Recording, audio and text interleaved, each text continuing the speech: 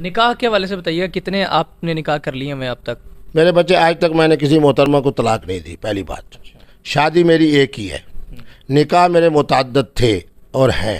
یہ کس طرح سے تفریق کریں گے نکاح اور شادی کی؟ یہ ایک لمبی گفتگو ہو جائے گی. بہرحال جس میں تین چیزیں ہوں: محترم اور محترمہ کی رضامندی یعنی ایجاب و قبول، کم از کم 2 گواہ جتنے زیادہ ہوں بہتر ہے، اور اعلان عام.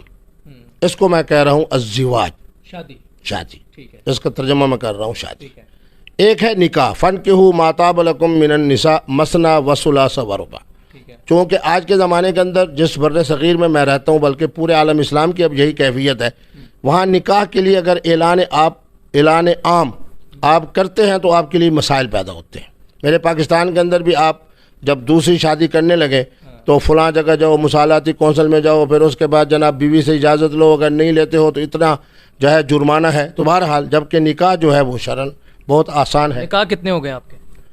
دیکھیں اللہ کی نعمت. تو آپ مجھ سے پوچھے صبح سے لے کے اب تک آپ نے کیا کچھ کھایا ہے، تو نہیں پتا کہ میں نے ناشتے کے اندر کیا کھایا ہے اور کیا. تو بہرحال یعنی بے شمار نکاح ہو چکے ہیں تقریباً. میں ہمیشہ کہتا ہوں کہ 2 درجن سے زائد. کس طرح جسٹیفائی کریں؟ کیونکہ ایک مسلمان کے اوپر نبی کریم صلی اللہ علیہ وسلم اس سے مبرہ تھے، لیکن اس کے علاوہ جتنے بھی مسلمان ہیں ان کے اوپر تو 4 نکاح ہی ہیں کہ وہ 4 نکاح کر سکتے ہیں، مثنیٰ و ثلاثہ و رباع کی جو آپ نے بات کی. یہ کیسے آپ کہتے ہیں؟ اب جو میرے سننے میں آیا وہ یہ تھا کہ اگر آپ کو کسی خاتون کی جانب سے کوئی دعوت دی جاتی ہے تو آپ نکاح کرتے ہیں، آپ اس دعوت کو مکمل کرتے ہیں اور پھر اس کے بعد آپ اس کو چھوڑ دیتے ہیں.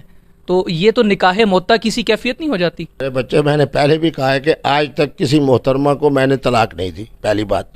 دوسرا، قرآن مجید کی واضح نص کے مطابق 4 سے زیادہ نکاح ایک وقت میں نہیں ہو سکتے. باقی میں طلاق اس لیے نہیں دیتا کہ نکاح کے وقت ہی میں تفویض طلاق کر دیتا ہوں، طلاق کا اختیار اسی محترمہ کو دے دیتا ہوں، تاکہ جب تک وہ رہیں اور جب وہ جانا چاہے چلی جائے. اسی کا نام کیا ہے؟ حریت. اور الحریت فی الاسلام، یہ اسلام کا ایک بہت بڑا قیمتی اثاثہ ہے جو ہمارے پاس ہونا چاہیے. اس چیز کو اب کلیئر کر دیجیے گا. آپ نے کہا کہ میں نکاح کے بعد طلاق کا اختیار خاتون کو تفویض کر دیتا ہوں. 2 درجن یا 2 درجن سے زائد جو آپ کے نکاح ہیں، اس میں جو طلاق کا اختیار آپ نے خاتون کو دے دیا تھا، ان میں سے کتنوں نے آپ کو چھوڑ دیا یا طلاق دے دی؟ میرے بچے، میں جب چھوڑنے کی بات ہی نہیں کرتا، میں جوڑنے کی بات کرتا ہوں. اور تفویض طلاق مستقل ہماری فقہ کے اندر اور حدیث کے اندر ایک باب. میں تو یہ سمجھتا ہوں کہ یہ مفتی عبدالقوی کی بڑی عظمت ہے کہ جو اختیار اللہ نے مجھے دیا ہے، میں وہ اختیار اس محترمہ کے سپرد کر دیتا ہوں جس کی خواہش پر میں نے اس سے نکاح کیا ہے.